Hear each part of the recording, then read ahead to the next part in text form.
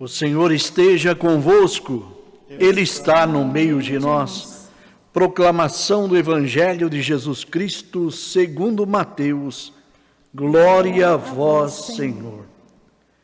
Naquele tempo, vendo Jesus as multidões, compadeceu-se delas, porque estavam cansadas e abatidas, como ovelhas que não têm pastor.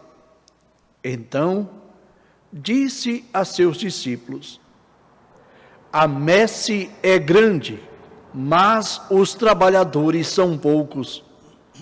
Pedi, pois, ao dono da messe que envie trabalhadores para a sua colheita. Jesus chamou os 12 discípulos e deu-lhes poder para expulsar os espíritos maus e para curar todo tipo de doença e enfermidade. Estes são os nomes dos 12 apóstolos. Primeiro, Simão, chamado Pedro, e André, seu irmão. Tiago, filho de Zebedeu, e seu irmão João. Filipe e Bartolomeu. Tomé e Mateus, o cobrador de impostos. Tiago, filho de Alfeu, e Tadeu. Simão, o zelota, e Judas Iscariotes, que foi o traidor de Jesus. Jesus enviou estes 12 com as seguintes recomendações: não deveis ir aonde moram os pagãos, nem entrar nas cidades dos samaritanos. Ide antes as ovelhas perdidas da casa de Israel. Em vosso caminho, anunciai: o reino dos céus está próximo. Curai os doentes, ressuscitai os mortos, purificai os leprosos, expulsai os demônios. De graça recebestes, de graça deveis dar. Palavra da salvação. Glória a vós, Senhor.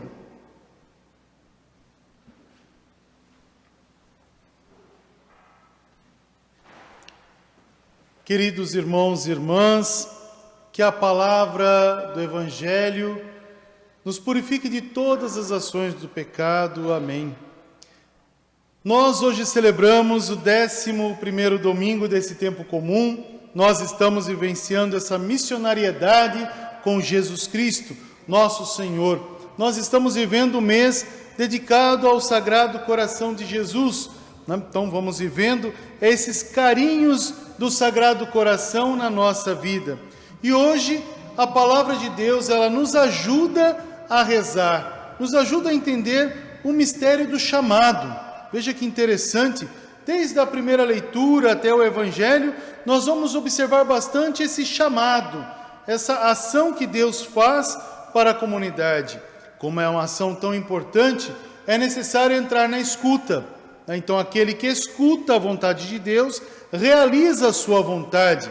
Se pegarmos a primeira leitura, nós vamos observar que Deus convida o nosso amigo, o nosso querido grande amigo Moisés, a ir lá para a montanha, está ali na península do Sinai, em Refidim, está chegando bem naquela região onde para o povo de Israel tem uma marca muito importante. Então, a batalha de Refidim, a conquista e o caminho, a ação nova. E ali ele mostra, o próprio Senhor mostra para Moisés, dizendo: olha, fala para eles qual é a importância da minha presença na vida deles. O que eu fiz com o povo no Egito, o que eu fiz com os egípcios, o que eu fiz, estou com eles.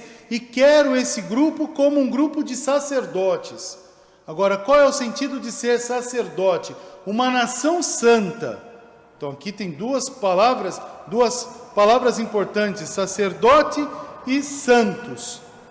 A gente olha para essa realidade e fala, de onde a gente pode encontrar dentro da dimensão sacramental da igreja, aonde nós encontramos essa realidade sacerdotal e realidade santificada, a começar pelo batismo. Então toda vocação nasce desse amor de Deus por nós. Então Deus que ama, Deus que chama, Deus que convoca e dá direcionamento. Então ali ele fala dessa nação de sacerdote. No batismo nos tornamos sacerdotes. O que significa isso? Nos colocamos totalmente a serviço. Sacerdote vem de um radical chamado sacerdos. E sacerdos quer dizer estar a serviço de um irmão mais velho, aquele que se coloca a serviço do outro para o crescimento do bem comum. Santos, porque pelo batismo somos santos. Nós somos eleitos de Deus. Deus nos quer santos, porque Ele é santo. Então no batismo eu e você já somos santos.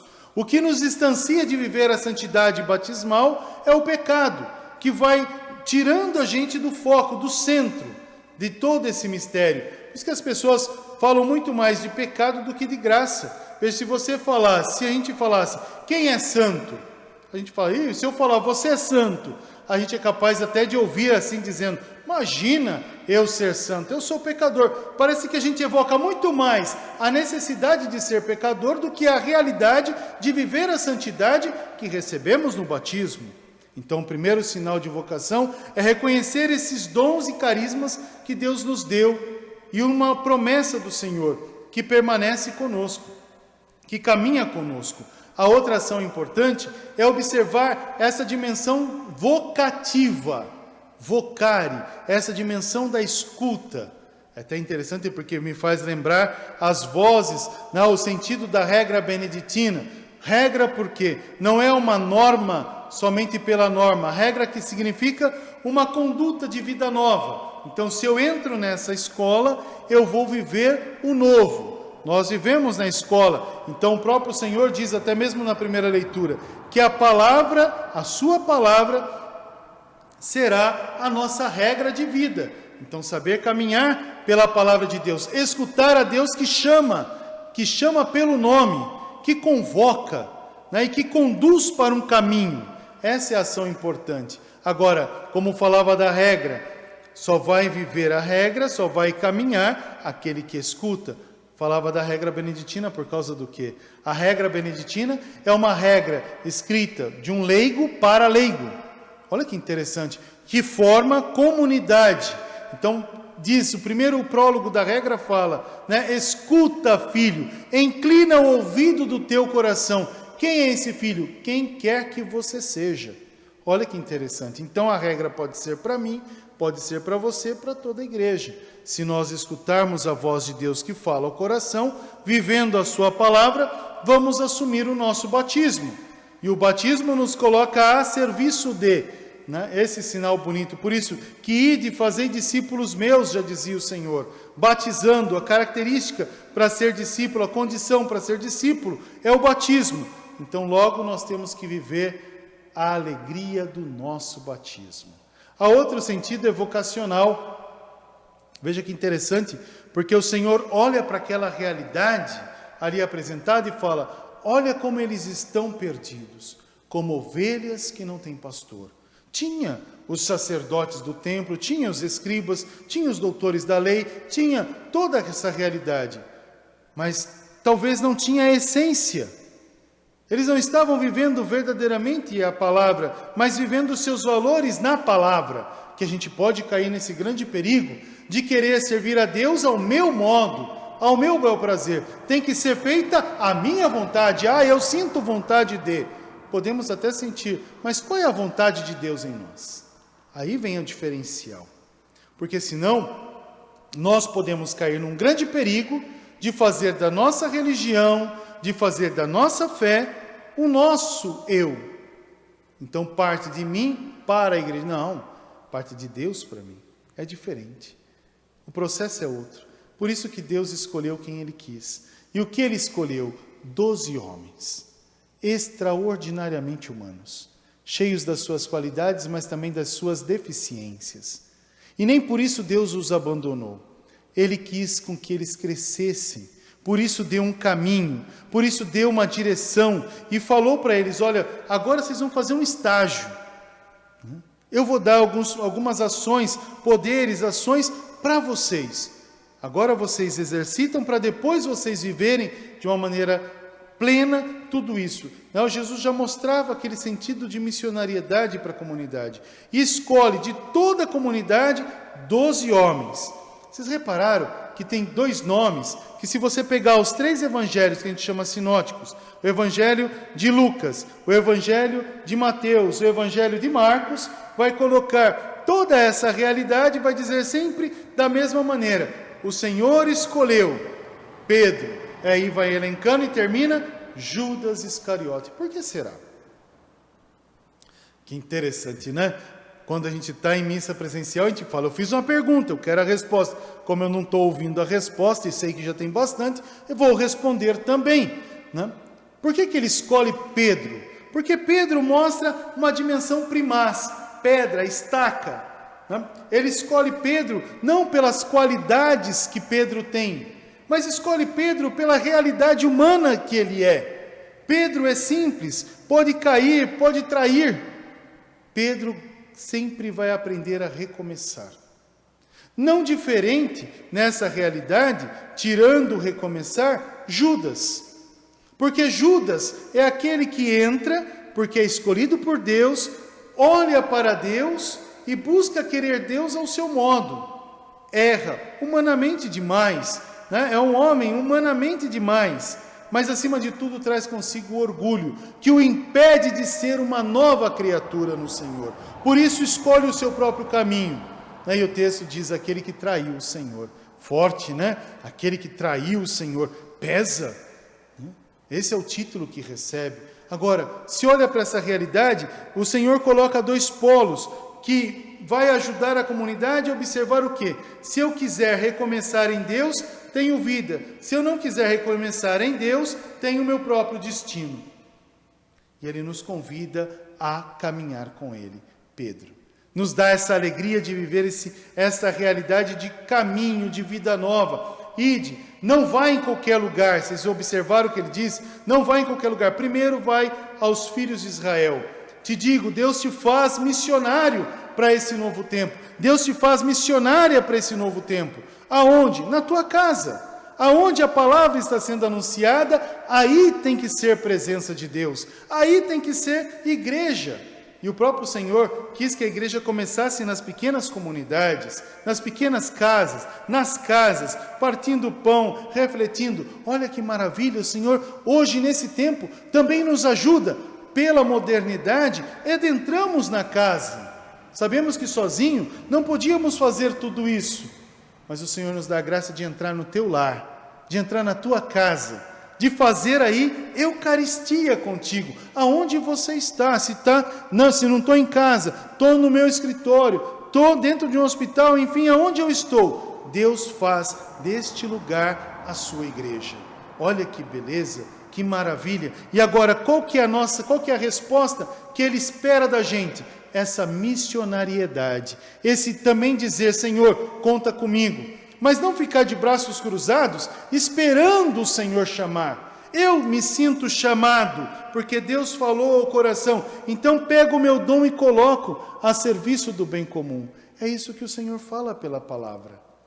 Olhando para aquela realidade, estão perdidos como ovelhas sem pastor. Pedi ao dono da messe que envie operários para essa seara, para essa colheita. Então eu e você somos chamados. Aí o princípio da vocação, o batismo. Depois nós temos que entender que na realidade que o Senhor nos quer, devemos de viver bem a nossa vocação. Eu como padre, o diácono, se são os casais, santificar o Senhor na vida matrimonial. Se são solteiros, vivenciar a vida de solteiros na alegria do Senhor. Se somos religiosos consagrados, devemos de viver a nossa consagração como um fruto agradável ao Senhor, e vem a dimensão pastoral, onde todos nós estamos. O que é a dimensão pastoral? É olhar para a nossa vocação e dizer: o Senhor nos quer em anúncio. e se colocar a serviço um do outro. É fácil de entender. Por exemplo, para viver o que nós estamos vivendo agora, nós temos uma dimensão pastoral, a pastoral do canto litúrgico. Se você gosta dos cânticos, parece a voz de Deus na terra, não é verdade? É porque é uma missão, não é uma ação de doação por uma realidade simplesmente de, vamos dizer assim, uma boa ação, vamos colocar, por exemplo, assim, é uma dimensão de fazer um ato comum. Não, é missionariedade, porque saio da minha casa, vivo, rezo antes, me coloco na missionariedade. Senhor, o que o Senhor quer? E coloca essa dimensão em caminho, deixa Deus agir, deixa de ser simplesmente uma organização voluntária e passa a ser uma dimensão missionária. Então o que eu faço é missão, porque pela minha voz, pelo meu canto, estou levando o Evangelho de Deus aos 4 cantos da terra. Olha que maravilha! Mas se a gente fala assim, mas e aquele que proclama a palavra? Proclama a palavra porque recebeu de Deus o dom da palavra e fala como palavra de Deus, empresta a sua voz, quase esse modo eu acho meio carinhoso, né? Emprestar a nossa voz para Deus como se Deus necessitasse dela. Deus fala se Ele precisa? Não, mas Ele se faz precisar da nossa voz. Então colocar a nossa voz a serviço do Evangelho. E se aí você fala assim, olha que maravilha, se hoje a palavra de Deus está chegando na tua casa, é porque atrás da tela tem alguém. E esse alguém pode dizer, mas pode entender da técnica da informática e das mídias para poder fazer chegar a imagem da tua casa. Beleza, mas antes de qualquer realidade, existe oração, existe missão, usando os meios que sabem para lançar as redes a um mar mais profundo e atrair pessoas para Deus. Olha quanta coisa bonita! Tudo isso é vocação. E a igreja necessita, tem vários sentidos vocacionais dentro da igreja chamados ações pastorais, aonde a gente se coloca a serviço da comunidade, aonde a gente olha para o outro e não enxerga somente o outro, mas eu enxergo Jesus nele. Então Jesus nela, Jesus em meio a nós. Isso é pastoral, porque uma ação voluntária todo mundo pode fazer. Mas dentro dessa realidade chamada igreja, nessa dimensão pastoral, somos chamados por Deus a usar dos artifícios que temos, dos meios que temos, para continuar fazendo com que Deus chegue aos corações dos nossos irmãos e irmãs. Isso é missionariedade, isso é vocação. A messe é grande, há poucos operários. É verdade, falta padres na igreja. Mas se tiver só padres, vai faltar a comunidade. Então nem todo mundo é padre, mas nós temos que rezar pelas vocações sacerdotais. Nós temos que rezar pelas vocações religiosas, missionárias da nossa igreja. Temos que rezar pelas vocações pastorais na nossa comunidade. Nós temos que ser uma igreja pastoral, aonde para a humanidade somos pastores e com a humanidade somos ovelhas guiadas pelo coração do bom pastor. Olha que maravilha Deus nos dá a celebrar nesse tempo. Então tudo aquilo que nós estamos fazendo, não fazemos porque conhecemos somente, fazemos porque Deus amou primeiro. Deus faz em nós e nos dá essa graça de sermos também nós instrumentos desta nova evangelização. Que Deus nos abençoe, que Ele faça suscitar grandes vocações pastorais para a nossa igreja. Que Deus nos conceda essa graça e que tudo que façamos não seja para o benefício próprio, mas para verdadeiramente fazer com que nosso Senhor, Cristo Rei, o Sagrado Coração, seja reconhecido e amado e anunciado aos 4 cantos deste mundo. Essa é a nossa verdadeira missão.